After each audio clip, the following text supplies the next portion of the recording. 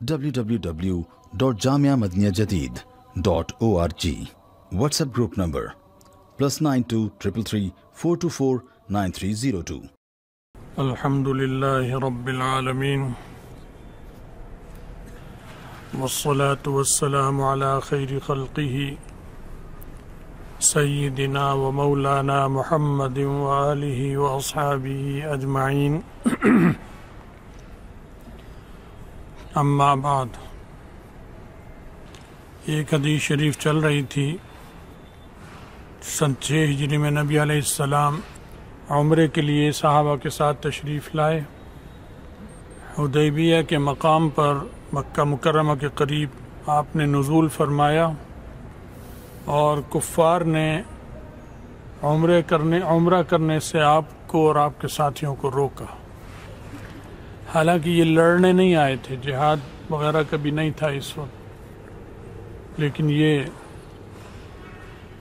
انتہا پسندی تھی، دہشت گردی تھی ان کی، جو ان کے مزاج میں شروع سے ہوتی ہے کفر کے، اب بھی دنیا میں یہی ہے. اور اس کی وجہ سے انہوں نے نبی علیہ السلام کو حج کرنے کے لیے، عمرہ کرنے کے لیے اندر جانے سے روکا. اور ان کے کچھ لیڈر آئے باہر حدیبیہ میں، جہاں مسلمان تھے وہاں آپ سے بات چیت ہوئی، اور ایک ان کا لیڈر آیا تھا بدیل بن ورقہ. آپ نے اس کو سمجھایا کہ ہم تو اس لیے آئے ہیں، عمرے کے لیے آئے، لڑنے نہیں آئے. اور مختلف باتیں جو گزر چکی ہیں سب تفصیل بتائی ہیں، وہ بھی ہوئیں. اور حتمی پیغام بھی دیا آپ نے آخری کہ اگر یہ باز نہ آئے تو میں پھر بالآخر اپنے مقصد کے لیے اگر لڑنا پڑا تو لڑوں گا، حتیٰ کہ میری جان بھی قربان ہو جائے. نبی علیہ السلام نے یہ فرمایا. تو اس نے کہا میں جا کے پیغام دیتا ہوں اندر، آپ کی یہ بات مکہ میں جا کر سرداروں کو اور مکے والوں کو بتا دیتا ہوں. وہ آیا، بدیل بن ورقہ آ گیا، مکہ میں واپس آیا. فانطلق حتی اتی قریشا، قریش کے پاس آیا اور اس نے کہا میں آیا ہوں ان صاحب کے پاس سے، اور وہ ایک بات کہتے ہیں جو ان سے بات چیت ہوئی، اگر تم پسند کرو تو میں تمہیں سنا دیتا ہوں. تو جب انہوں نے بدیل بن ورقہ نے یہ بات کی تو جو نوجوان لڑکے ہوتے ہیں جوشیلے، وہ انہوں نے کہا کہ لا حاجت لنا ان تخبرنا عنہ بشیء، کوئی ضرورت نہیں کہ ہمیں کوئی بات تم سناؤ، ہم کچھ سننا نہیں چاہتے. ہم ایسے ہیں، ہم ویسے ہیں، جیسے بلا وجہ کی اکڑ پھوں ہوتی ہے نوجوانوں میں، غیر ذمہ داروں میں، بے وقوفوں میں. صفحاء ان کے جو صفحاء تھے انہوں نے یہ بات کہی، اور ان کی تعداد ہمیشہ زیادہ ہوتی، بے وقوفوں کی تعداد ہر پارٹی میں زیادہ ہوتی ہے. لیڈر سنجیدہ سوچ والے کم ہوتے ہیں.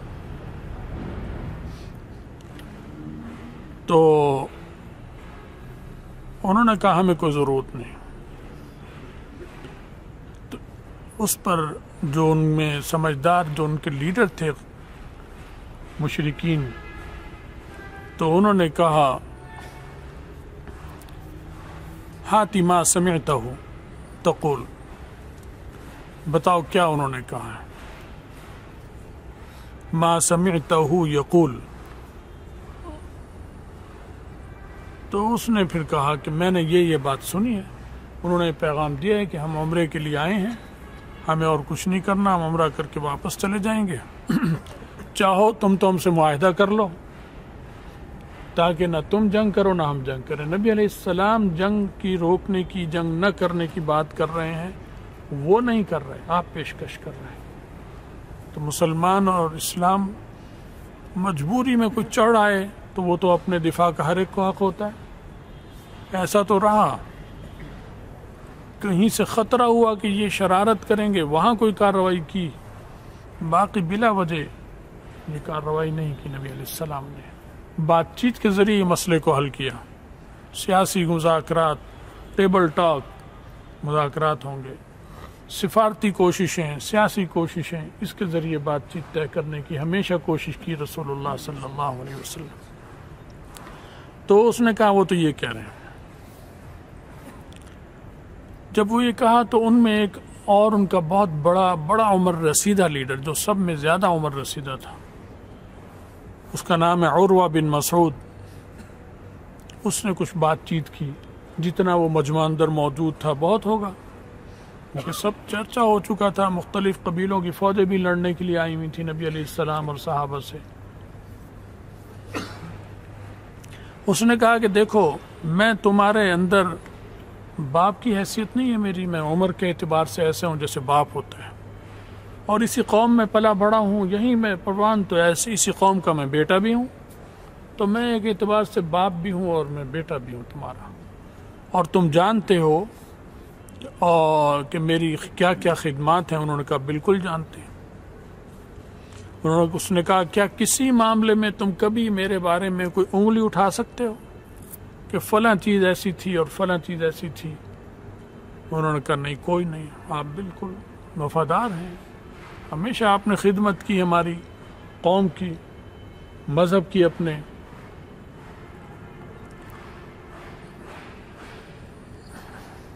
اس نے پھر کچھ احسانات بھی جتائے قریش والوں کو کہ دیکھو فلاں موقع پر تمہیں کوئی ضرورت تھی تو میں نے اپنے لشکر کو اکٹھا کیا، اپنے قبیلے کے لوگوں کو میں نے انہیں اکٹھا کیا، ان کو لے کر آیا، اور جو ان میں نہ آئے میں پھر بھی جو میرے ساتھ جنہوں نے میری اتباع کی میں ان کو لے کر پہنچ ہی گیا. تو میں آ گیا تھا. ثقفی ہے یہ، بنو ثقیف. تو میں آ گیا تھا. کیا ایسی بات ہے نہیں کہ میں مشکل وقتوں میں تمہارے پاس آیا؟ انہوں نے کہا بالکل. تو وہی بات جو پہلے نے کی تھی، بات بتانے کے بعد، وہ جو بدیل بن ورقہ نے کہا تھا کہ دیکھو یہ تجویزیں دی ہیں، بہترین تجویزیں مان لو، تو اس نے بھی سن کر یہی کہا ان سے کہ قد عرض لکم خطۃ رشد اقبلوہ، اسے قبول کر لو. بہترین تجویز دی ہے محمد نے. وہ تو ایسے ہی کہتے تھے صلی اللہ علیہ وسلم، بس محمد عام آدمی کا جیسے نام لیتے ہیں اس طرح نام لیا کرتے تھے. تو انہوں نے کہا تجویز بہترین ہے، قبول کر لو، مان جاؤ اس بات کو. اور پھر یہ کہا کہ مجھے بھی ذرا اگر کہو تو میں جاتا ہوں، میں بھی دیکھ کے آؤں، بات کر لوں. تو یہ تو بڑا لیڈر تھا ان کا، بڑا سمجھدار تھا. تو انہوں نے کہا ٹھیک ہے جائیے. اب وہ آ گیا عروہ بن مسعود نبی علیہ السلام کے پاس، گفتگو کی آ کے. نبی علیہ السلام نے وہی بات جو بدیل بن ورقہ سے کہی تھی پہلے لیڈر کو، وہی اس سے بھی دہرا دی.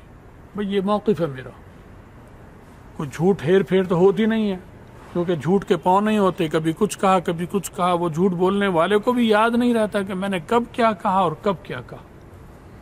سچ کا یہ کمال ہوتا ہے کہ اسے پتہ ہوتا ہے کہ میں نے یہ بات کی، بس یہ ہے.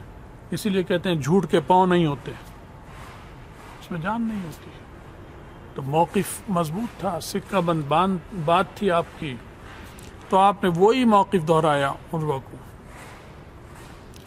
باتیں ہوتی رہیں. پھر وہ پرانی باتیں، کیونکہ نبی علیہ السلام انہیں جانتے تھے، یہ نبی علیہ السلام کو جانتے تھے، پرانی جان پہچان سب کو تھی. وہ تو ہجرت کی وجہ سے آپ وہاں تشریف لے گئے، ورنہ آپ اسی میں مکہ مکرمہ میں پروان چڑھے تھے. نبی علیہ السلام بھی، ابو بکر، عمر، صحابہ سب ایک دوسرے کو جان پہچان اچھی طرح تھی، انجان نہیں تھے. تو پرانی باتیں اور قصے جیسے ہیں وہ بھی ساتھ ساتھ شروع ہو گئے.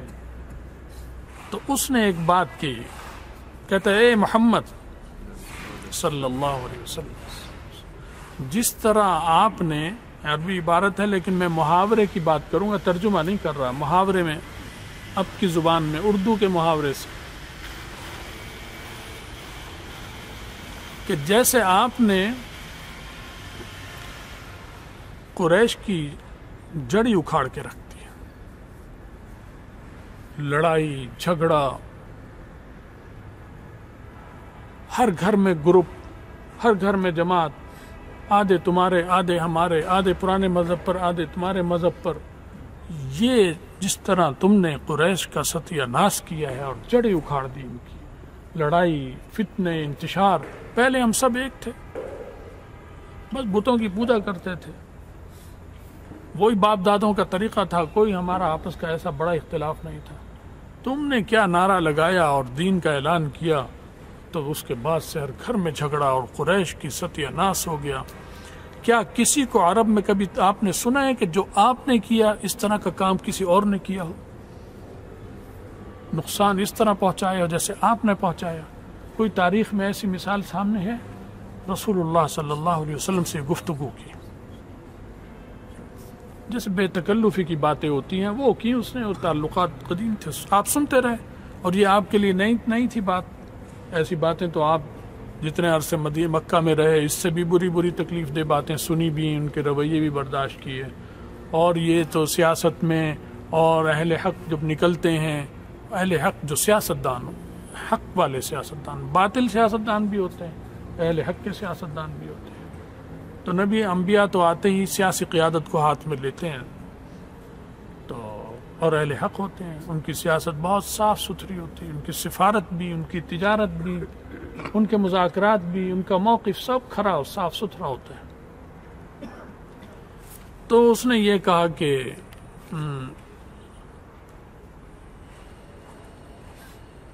یہ باتیں اس نے شروع کی نبی علیہ السلام سے، اور لوگ بھی سن رہے تھے، اور کہنے لگا کہ چلو چھوڑو اور سب باتیں چھوڑو، میں یہ دیکھ رہا ہوں جو تمہارے گرد لوگ پھر رہے ہیں نا، تمہارے ساتھ آئے ہوئے ہیں، ہم تو آپ کہیں گے وہ تمہارے سے بات کر رہا ہے ایسے، تو مطلب آپ کے ساتھ جو لوگ آئے ہوئے ہیں حضرت محمد رسول اللہ صلی اللہ علیہ وسلم سے کہتا ہے، کوئی انصار کا ہے، کوئی فلاں ہے، کوئی فلاں ہے، کوئی یمن کا ہے، کوئی حبشہ کا ہے، کوئی فلاں کوئی فلاں، واللہ لا ارا وجوہا فإنی واللہ لا ارا وجوہا وإنی لا ارا اشوابا من الناس، مخلوط لوگ دیکھ رہا ہوں، رنگ برنگی لوگ ہیں، ایک کھچڑی پکی ہوئی ہے آپ کے ساتھ لوگوں کی، کوئی ایک قوم نہیں ہے، رنگ برنگی لوگ ہیں، خلیقا ان یفروا ویدعوک، یہ تو اسی قابل ہیں کہ کوئی مشکل وقت اگر آیا تو یہ بھاگ کھڑے ہوں گے، تم اکیلے رہ جاؤ گے، تمہیں چھوڑ کر بھاگ جائیں گے۔ اصولی طور پہ ہے بھی بات ہی، اب پنجابی اکٹھے ہیں، ایک قوم ہے، کسی معاملے میں اٹھ گئے پنجابی تو پنجابی متفق ہوں گے، اور معاملہ پنجابیوں کا اور رنگ برنگی لوگ ہوں مختلف بھی، تو مشکل وقت میں پنجابی تو رہیں گے، باقی چلے جائیں گے، ایسا ہو بھی سکتا ہے۔ تو یہاں آپ کے ساتھ یہ رنگ برنگی لوگ ہیں، کوئی کہاں کا کوئی کہاں کا، تو آپ اکیلے رہ جائیں گے۔ یہ جب اس نے بات کہی تو حضرت ابو بکر صدیق رضی اللہ تعالیٰ عنہ پاس بیٹھے ہوئے تھے، وہ بھی سن رہے تھے، اور کوئی اس کا جواب نہیں دے رہا تھا اس کی تعظیم کی وجہ سے، کیونکہ مسلمانوں میں بھی یہ رشتہ داریاں تو آپس میں اس سے تھی سب کی، اور عمر میں بھی بڑا تھا اور بعضوں کا رشتوں میں بھی بڑا تھا یہ سب کا، تو اس حیثیت سے اس کا ادب اور تعظیم صحابہ بھی کر رہے تھے، ہر ایک اسے جواب دینا مناسب بھی نہیں سمجھ رہا تھا، تو کسی نے جواب بھی نہیں دیا، یہ بات اس نے کر دی اور بڑی سخت بات کی، بہت سخت بات کی۔ تو حضرت ابوبکر رضی اللہ تعالیٰ عنہ کو بڑا غصہ آیا، اور انہوں نے فرمایا امسس بظر اللات، لات ان کا بت ہے، وہ جو لات تیرا بت ہے، جا اس کی شرمگاہ چوس۔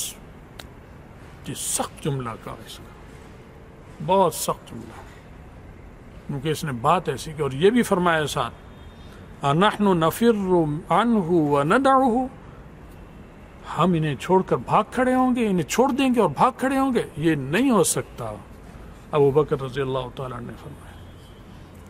اس لیے اب اس نے کہا کہ یہ کون ہے، کس نے جواب دیا ہے، اسے شاید خیال نہیں، توقع نہیں ہوگی کوئی بولے گا جواب دے گا. نبی علیہ السلام نے ابو بکر نے جواب دے دیا رضی اللہ تعالیٰ، اور ایسا ہی دینا بھی چاہیے تھا جواب. اس جیسی بکواس اس نے کی اس کا جواب بھی پھر اسی طرح کا.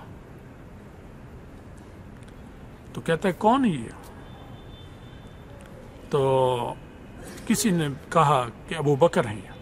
کہنے لگا اوہو فلاں موقع پر ابو بکر تم نے میرے پر ایک معاملے میں احسان کیا تھا، اگر وہ احسان نہ کیا ہوتا تو میں تمہیں آج جواب دیتا اس بات کا. تمہارے اس احسان کا لحاظ کرتا ہوں تو میں تمہیں جواب نہیں دے رہا. یہ گویا کسی درجے میں اس سے ایک اخلاقی چیز کا مظاہرہ کیا. کافر مشرک نے بھی. آج مسلمانوں میں یہ اخلاقیات مسلمان میں نہیں ہیں، کافر میں تھی.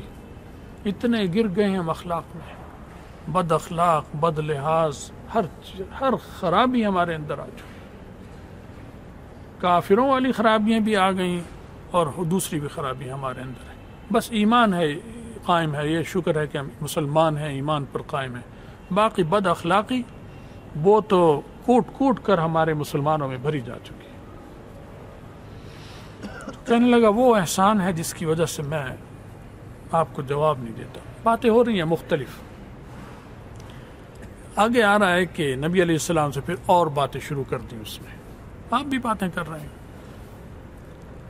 اور بات میں جب بھی وہ فَكُلَّمَا كَلَّمَهُ أَخَذَ بِلِحْيَتِهِ، جب بھی بات کرتا نبی علیہ السلام سے آپ کی داڑھی مبارک کو ہاتھ لگاتا ایسے. تو داڑھی کو ہاتھ لگانا تو ادب میں بھی ہوتا ہے بزرگوں کی، تو یہ بھی تھا. لیکن اس کو ایک اپنا خیال بھی تھا کہ عمر میں بڑا تھا، نبی علیہ السلام تو چھوٹے تھے عمر میں اس کے. لیکن ایک آدھ دفعہ تو یہ عمل مناسب ہوتا ہے، ہر بات کرتے وقت یوں کیا جائے اور یوں کیا جائے. تو یہ تو پھر وہ تو کر رہا ہوگا اپنے خیال میں، لیکن صحابہ کو تو یہ بڑا شاک گزر رہا تھا کہ بے ادبی ہے، یہ تو بے ادبی ہے نبی علیہ السلام کی. اور یہ وفد کا، یہ غیر ملکی، یہ وفد بھی تھا اس کا، یہ تو مکے سے آیا ہوا تھا تو وفد تھا، تو وفد کا اکرام بھی، پروٹوکول بھی ضروری ہوتا ہے. اور نبی علیہ السلام تو بہت خیال رکھتے تھے ایلچی کا، سفیر کا. تو یہ تو قریشیوں کا سفیر کے طور پہ آیا ہوا تھا، سب وہ پروٹوکول، وہ لحاظ پورا خیال رکھتے اس کا. لیکن بات جو اس نے غلط کی اس کا جواب ابو بکر رضی اللہ تعالیٰ نے، غلط بات کا غلط جواب ہوتا ہی ہے مذاکرات میں، تو تلخی بھی ہوتی ہے اور ٹھیک بھی ہوتے ہیں، وہ پروٹوکول کے خلاف نہیں ہوتا.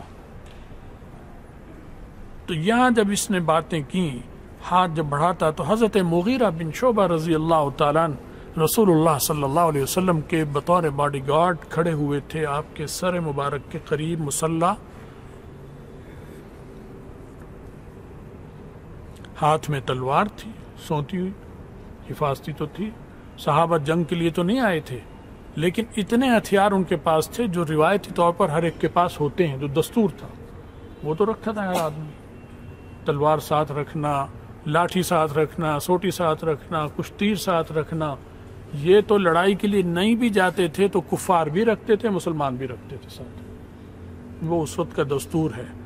پھر قتل و غارت، چور ڈاکو مختلف جگہوں پر ہوتے تھے تو اس لیے بھی یہ ضروری ہوتا ہے.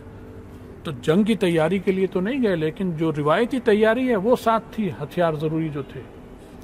اور پھر نبی علیہ السلام کی ذات بابرکت ساتھ ہے تو اس کے لیے حفاظتی اور سیکورٹی کے انتظامات سارے رکھے ہوئے تھے. تو وہ تلوار لے کے بعد کھڑے ہوئے ساتھ. ان کے سر پر خود تھا لوہے کا، تو جیسے باڈی گارڈ کا ہوتا ہے انداز. تو وہ جب اچھا یہ مغیرہ بن شعبہ تو بہت چھوٹے تھے، اس کے بھتیجے تھے، وہ ان کا چچا یا تایا تھا، بہت بڑا تھا رشتے میں بھی اور عمر میں بھی ان کا. لیکن یہ مسلمان ہو گئے تھے تو یہ باڈی گارڈ کے طور پر کھڑے تھے. جب اس نے چچا نے، حالانکہ وہ چچا تھا، ہاتھ بڑھایا تو انہیں برداشت نہیں ہوا. ان کا کام بھی تھا ڈیوٹی میں، سیکورٹی والے کا کام بھی ہوتا ہے کہ وہ خیال رکھے.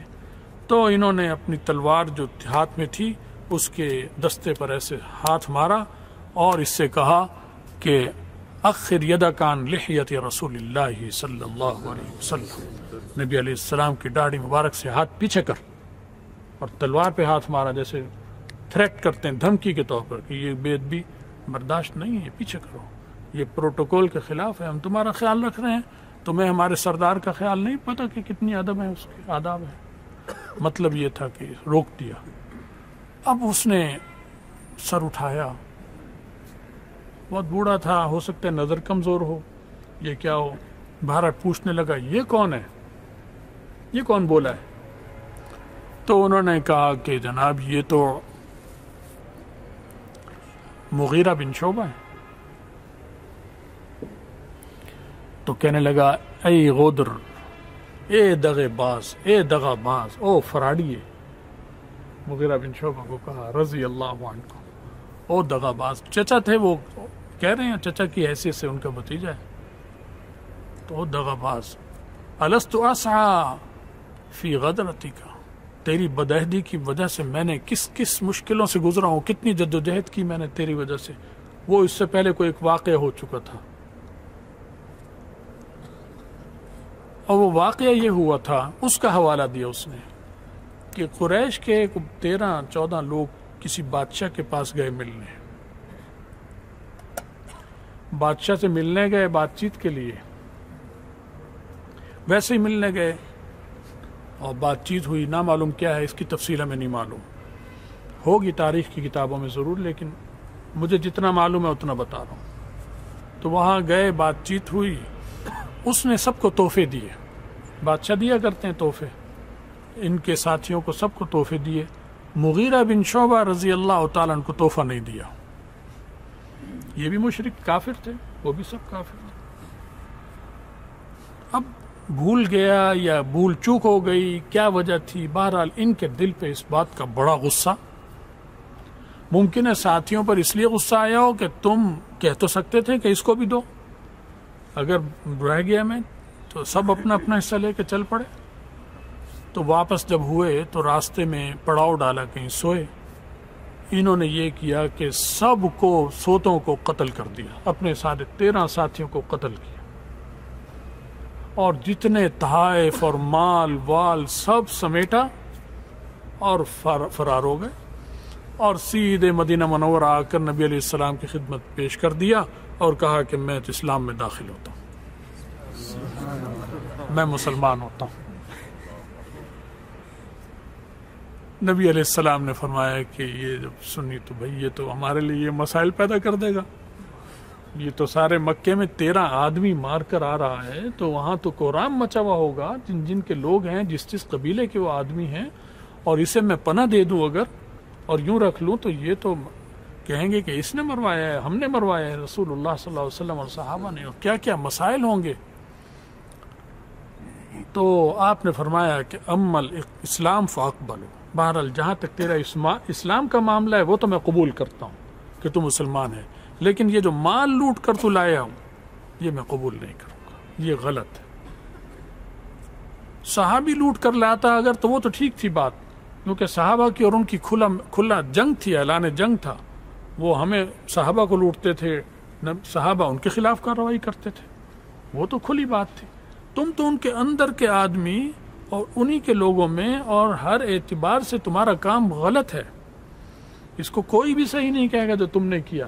یہ نبی علیہ السلام کا اعتدال ہے کہ انہوں نے ایک دہشت گردی کی، بہت غلط انتہائی قدم اٹھایا، کفر کی حالت میں تھے، تو کافر تو کر سکتا ہے دہشت گردی، اس طرح کی بدعہدی اور اس طرح کے بد معاملے اور لوٹ مار اور ڈاکہ، مسلمان تو یہ نہیں کر سکتا۔ لیکن جب اسلام لے آ رہا ہے وہ، تو اب اس کا وہ پچھلا اور یہ دور بدل گیا، تو فرمایا اسلام لانے کے بعد تو اسلام قبول کرتا ہوں، یہ لوٹ کا مال اور یہ دہشت گردی کا عمل اس سے میرا کوئی تعلق نہیں، ورنہ آپ کے لیے اور مسلمانوں کے لیے سیاسی مسائل پیدا ہو جاتے بہت زیادہ۔ تو آپ نے اس نقصان سے، اس مسائل سے بچنے کے لیے یہ کیا۔ ادھر انہوں نے مطالبہ کیا، یہ چچا تھے، پھنس گئے، چچا بھی اور جو اس کے رشتہ دار ہوں گے حضرت مغیرہ کے، وہ سب پھنس گئے، اور یہ تو فرار ہو گئے نا، فرار ہو گئے۔ یہ ہیں بھی نہیں کہ پکڑ کے ان کے حوالے کرتے کہ لو بدلہ لے لو، قصاص لے لو۔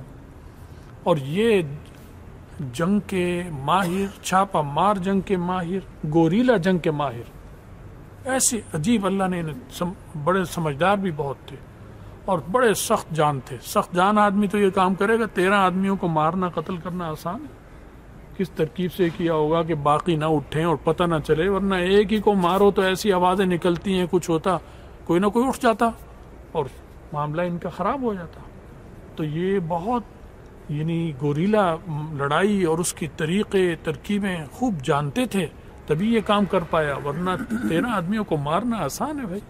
ایک بکری ذبح کرنی پڑ جائے تو 5 طالب علم مل کے کرتے ہیں مشکل سے کہ یہ بکری قابو نہیں آتی. تو انسان تو خیر بہرحال وہ بہت بڑا ہوا. اس کی وجہ سے ان 13 افراد کی دیت عروہ بن مسعود کو, جو ان کا چچا تھا, اس نے اور خاندان کے لوگوں کو دینی پڑی. اس کا حوالہ دیا انہوں نے اس وقت کہ او دغا باز, تو وہی ہے نا جس کے لیے میں نے کتنی بڑی بڑی مصیبتیں جھیلی تھیں, تو اب یہ باتیں کر رہا ہے. تو اس معاملے کا اس نے حوالہ دیا. تو یہاں پر بھی تھوڑا سا وہ بات بتائی ہے. خیر اب اس کے بعد بات چیت چل رہی. اب عروہ منظر بھی دیکھ رہا ہے, صحابہ کا آنا جانا, نبی علیہ السلام کی گفتگو, بیچ میں نمازوں کے اوقات بھی آئے ہوں گے, وضو بھی ہوا, یہ بھی ہوا, وہ بھی ہوا, لمبی نشست چلی ہوگی. وہ دیکھ رہا ہے اور گوشہ چشم سے بھی دیکھ رہا ہے, سامنے بھی دیکھ رہا ہے, ایسے انجان بن کر بھی دیکھ رہا ہے جیسے میں نہیں دیکھ رہا. یہ سارے دیکھ رہا ہے.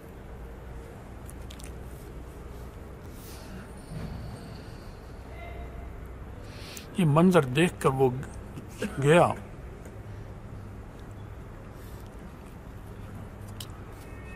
تو نبی علیہ السلام کی تعظیم, ان کا اکرام, ان کے حکم پر عمل, یہ سارے منظر اس نے دیکھے.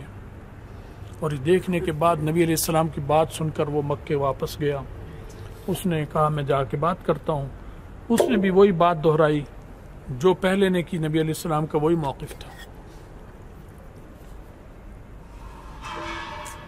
اور اس نے کہا کہ تم بہترین تجویز دے رہے ہیں, مان لو, بہترین تجویز دے رہے ہیں, مان جاؤ. اور پھر اس نے اپنے تاثرات بیان کیے.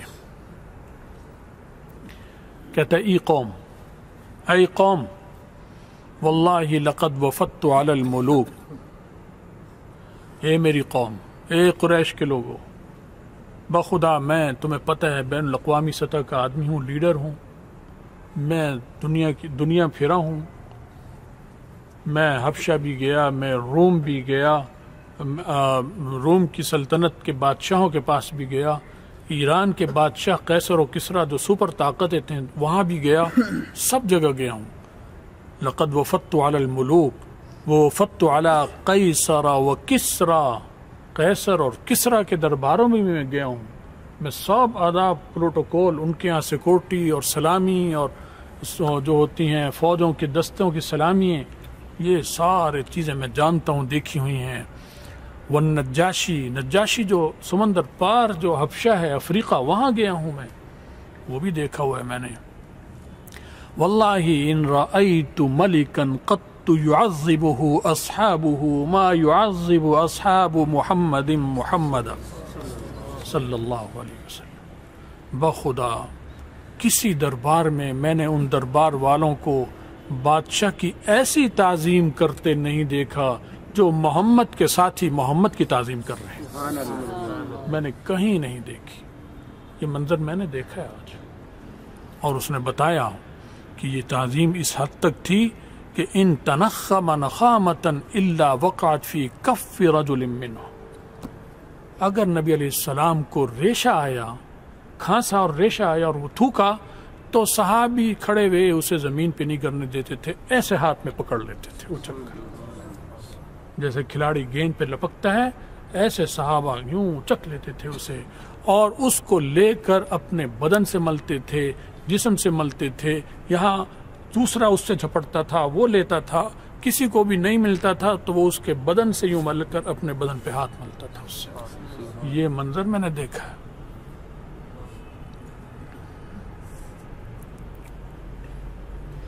فَدَلَكَ بِهَا وَجْهَهُ وَجِلْدَهُ, اپنے چہرے پہ ملتا تھا, اپنی جلد پہ, جیسے آپ کریم ملتے ہیں یہ تو کریم سے بھی نفیس چیز ہے. اللہ نے نبی اللہ کا رسول کا تو کوئی چیز ہے ہی نہیں. مخلوق میں سب سے اعلیٰ اور افضل وہی تھے. تو یہ میں نے ان کا منظر دیکھ کر آ رہا ہوں میں. وَإِذَا أَمَرَهُمْ ابْتَدَرُوا، کسی چیز کا حکم دیتے تھے تو ایک نہیں 2-3 تھے تو وہ لپکتے تھے کہ میں کروں، یہ سعادت میں اٹھاؤں، یہ سعادت میں حاصل کروں. یہ حال ہے اطاعت کا. وَإِذَا تَوَضَّأَ كَادُوا يَقْتَتِلُونَ عَلَى وَضُوئِهِ، جب آپ وضو کرتے ہیں تو میں نے دیکھا ایسے تھا جیسا کہ وہ ایک دوسرے سے لڑ بھڑیں گے، لڑ مریں گے. آپ کے گرتا ہوا جو وضو کا پانی گر رہا آپ کے جسم سے، اس کو لینے کے لیے، کیونکہ آگے بڑھتے تھے اور اس پانی کو جو گرتا اسے ہر ایک اپنے ہاتھ میں لے کے تبرک کے اپنے جسم پہ ملتا اور زمین پر نہیں گرتے تھے. یہ حال تھا کہ جیسے یہ لڑ مریں گے، جیسے ہماری قوم پتنگ پر لڑ مرتی ہے، اس طرح رسول اللہ صلی اللہ علیہ وسلم کے وہ اس سے بھی زیادہ جذبے سے اس پہ لڑ رہے ہیں. اتنے نیچے آ گئے ہم اتنے نیچے آ گئے ہیں کہ اب یہ جھگڑا ہمارا پتنگ پر ہوتا ہے، اور پہلے یہی جھگڑا ہمارا یعنی مسلمانوں کا نبی علیہ السلام کے پانی پر ہوتا تھا جو جسم سے مس کرتا تھا، اس کو لینے کے لیے. کتنا فرق ہے، کتنا فرق ہے. تو ایسی قوم سے کون ٹکر لے سکتا ہے؟ اور ہم جیسے کس سے ٹکرا سکتے ہیں؟ کچھ بھی نہیں. کھوکے بھوسا، نبی علیہ السلام نے فرمایا تم بھوسے کی مانند ہوگے، جس کا بہت بڑا پہاڑ بھی ہوتا ہے لیکن اس میں جان نہیں ہوتی، ہوا کا جھونکا سارے بھوسے کو اڑا کے ادھر لے جاتا ہے، ادھر سے ادھر لے آتا ہے. آج مسلمانوں کا یہ حال ہے. وہ نقشہ کھینچ رہا ہے، وہ جا کے متاثر ہوا ہے.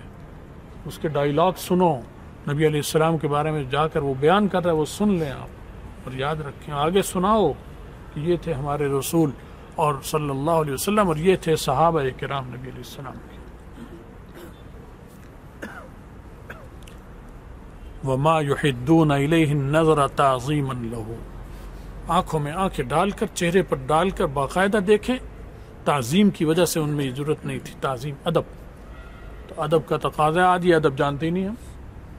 باپ کو بھی آنکھوں میں آنکھیں ڈال کے دیکھیں گے، دادا کو بھی دیکھیں گے، ماں کو بھی دیکھیں گے. حالانکہ جو اچھے خاندان ہیں وہاں تربیت ہوتی، بتایا جاتا ہے کہ چہرے پہ آنکھوں میں آنکھیں مت ڈالنا، بڑے کے آنکھیں نیچی کر کے بات کرو، تمیز سے بات کرو. یہ تعظیم تھی. صحابہ کو تمیز سکھائی گئی تھی. تو کہتے ہیں کوئی نبی علیہ السلام کے چہرے پر دیکھنے کے لیے نظر ڈالے لیکن نظر ڈالے رکھے، اتنی طاقت کسی میں نہیں تھی، اتنی ضرورت کسی میں نہیں تھی. یہ تعظیم کا حال تھا ان کی. اور پھر اس نے آخر میں کہا کہ بھائی انہو قد عرض علیکم خطۃ رشد فاقبلوہ، بہترین تجویز دی ہے انہوں نے، اسی میں قبول کر لو، اسی میں خیر. وہ جو اس نے کہا تھا پہلے کہ یہ آپ کے ساتھ لوگ ایسے ہیں کہ میں سمجھتا ہوں کہ یہ بھاگ کھڑے ہوں گے، آپ کو اکیلے چھوڑ دیں گے، رنگ برنگی لوگ ہیں. تو یہ مجھے خیال آیا بعد میں کہ حضرت ابوبکر نے صحیح کہا اس کو، کیونکہ اتنا سمجھدار، اتنا عمر رسیدہ، اتنا جہاں دیدہ ہونے کے باوجود اس نے انتہائی احمقانہ بات کی. کیوں؟ اس لیے کہ یہ اب غزوہ بدر میں یہی رنگ برنگی لوگ موجود تھے اور نبی علیہ السلام کی خاطر قربان ہو گئے، اور ساری لاشوں کی انہوں نے لاشوں کی جو ہے وہ مار مار کر قریش کے سارے سرداروں کو ختم کر دیا اور 70 کو گرفتار کیا. تو اگر بھاگنا ہوتا تو بدر کے موقع پہ بھاگ کھڑے ہوتے ہی. یہ تو کہیں نہیں بھاگے. تاریخ تمہارے سامنے ہے، پرانی بات نہیں ہے، ابھی 4 سال پہلے کی بات ہے، 5 سال پہلے کی، کہ ان رنگ برنگی لوگوں نے تاریخ رقم کر دی دنیا کے سامنے، ایثار اور قربانی کی، اور ایسی قربانی دی کہ غزوہ بدر کے نام سے ایک مارکہ تاریخ میں سب جانتے ہیں. پھر 1 سال نہیں گزرا تو احد کا مارکہ پیش ہو گیا، اور احد کے مارکے میں صحابہ نے کیا بہادری اور شجاعت کے جوہر دکھائے. ایک بھی بھاگا، کوئی پسپا نہیں ہو. پسپائی ہوئی، جنگ میں ہوتی تھوڑی بہت، وہ ہوئی، لیکن آخری کامیابی غزوہ احد میں مسلمانوں ہی کو ہوئی. حضرت حمزہ شہید ہو گئے، فلاں شہید ہو گیا، فلاں شہید ہو گیا، فلاں شہید ہو گیا. ایک اچانک حملے کی وجہ سے کچھ پیچھے ہٹے تھوڑے سے، لیکن وہی پھر واپس آئے اور بھرپور حملہ کر کر انہیں ناکام کیا. تو تم غزوہ احد میں بھی دیکھ چکے ہو کہ کیا ہوا. پھر سب سے بڑا مارکہ آخری غزوہ خندق کا ہوا جس میں باقاعدہ نیٹو اتحاد آیا، پورا نیٹو فورسز پوری، کیونکہ غزوہ خندق میں کفار قریش نے یہ مکاری چالاکی کی کہ جتنے عرب کے قبیلے تھے ہر قبیلے سے ایک فوج کا دستہ منگا لیا، ہر قبیلے سے ایک دستہ لیا فوج کا ساتھ، اور ساتھ لیے کر پھر اس نے مکہ مدینہ منور پہ چڑھائی کی تاکہ سب چڑھائی کریں، اور اس میں مقصد یہی تھا مدینہ منورہ پہ ہار جیت کا نہیں تھا، وہ تو باقاعدہ پورے مدینہ منورہ کو ملیا میٹ کرنے آئے تھے کہ بالکل ختم کر دیں گے اور اس پہ قبضہ کر لیں گے۔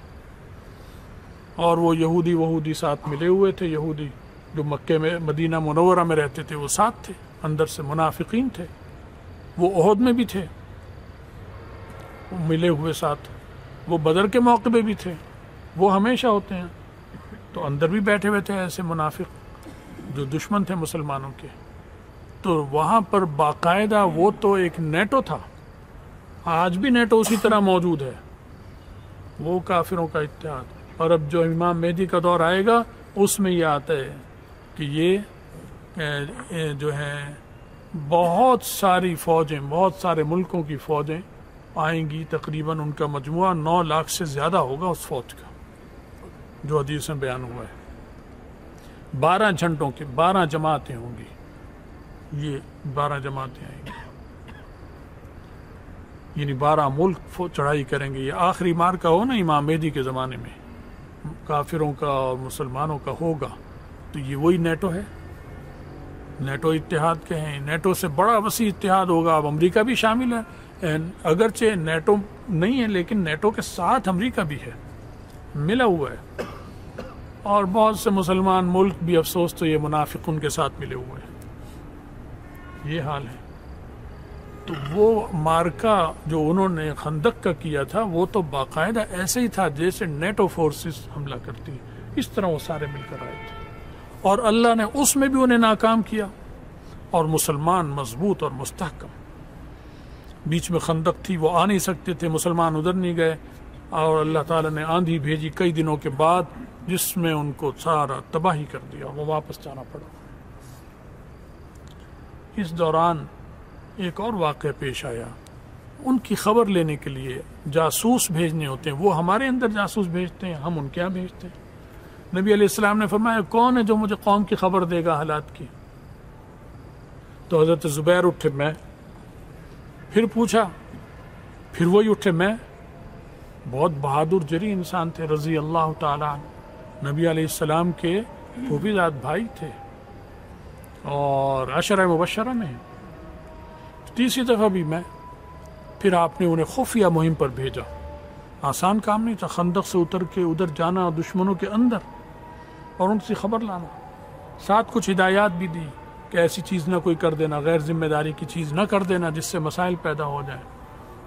وہ گئے، کس طرح خندق پار کی ہوگی وہی جانے، بہت دلیر، موت سے نہیں ڈرتے تھے، وہ جانتے نہیں تھے، اور وہ کر اندھیرے میں کسی طرح اندر خیموں میں پہنچ گئے جہاں ان کی انتہائی اہم مشاورت ہو رہی تھی حالات کی وجہ سے، کیونکہ کامیابی انہیں نہیں ملی، اور ابو سفیان لیڈر ابو سفیان تھا، فیلڈ مارشل اس وقت، کیونکہ بڑے لیڈر تو پہلے مار گئے نا جنگوں میں، یہ تھا بڑا لیڈر۔ تو اب جب یہ بیٹھ گئے اور منہ چھپا کے ڈھاٹا ہوگا، اور نہیں باندھا ہوتا ہو تو دستور ہوتا ہے ڈھاٹا باندھنے کا، وہاں بیٹھ گئے، اب ان کی باتیں سن رہے ہیں۔ باتیں سننے سے ذرا پہلے جب اہم میٹنگ شروع ہوئی تو ابو سفیان نے کہا کہ بھائی دیکھو، نظر رکھو، بہت اہم معاملات ہیں، غور سے سنو، اور ہر آدمی اپنے دائیں بائیں دیکھ لے کہ تم میں کوئی دوسرا دشمن تو نہیں بیٹھا کوئی آدمی۔ یہ چند سیکنڈوں کی صورت انتہائی خطرناک پیش آ گئی کہ ہر ایک اپنے ساتھ دیکھ لے کہ کوئی دشمن کا آدمی تو نہیں بیٹھا۔ حضرت زبیر سن رہے ہیں بات، انہوں نے بہت سمجھداری سے کام لیتے فوراً اپنے دائیں بائیں بیٹھے ہوئے کو پکڑ کے زور سے کہا، او تو کون ہے؟ او تو کون ہے؟ وہ کہنے لگا بابا میں فلاں اپنا ہی آدمی ہوں، ایسی کوئی بات نہیں۔ وہ ٹھنڈے ہو کے بیٹھ گئے۔ یہ انہوں نے ایک نفسیاتی حربہ کیا انتہائی ذہانت کا۔ یہ تھے ہمارے اسلاف اکابر، یہ تھے ہمارے پیر اور قطب اور ابدال، بے شک یہ تھے سردار ہمارے، یہ چیزیں تھیں۔ آج ہمارا نقشہ بدل چکا ہے، اللہ کرے کہ ہم ان کے نقش قدم پر چلیں آمین۔ اور اللہ پھر اسلام کی چھنی ہوئی عزت واپس دے۔ ابھی بات چیت چل رہی ہے، ابھی نبی علیہ السلام اب تک جو بات چیت ہوئی حدیبیہ ہی میں موجود ہیں، اور اس ایک لیڈر سے بات ہوئی، ابھی اور بھی اس کے کچھ لیڈر آ رہے ہیں قریش کے، پھر آئیں گے، وہ بات انشاءاللہ اگلے دفعہ کریں گے۔ اللہ سمجھ کی اور عمل کی توفیق عطا فرمائے، ہم سب کا خاتمہ ایمان پر فرمائے، اور آخرت میں رسول اللہ صلی اللہ علیہ وسلم کی شفاعت اور ان کے ساتھ نصیب فرمائے۔ وآخر دعوانا ان الحمد للہ رب العالمین۔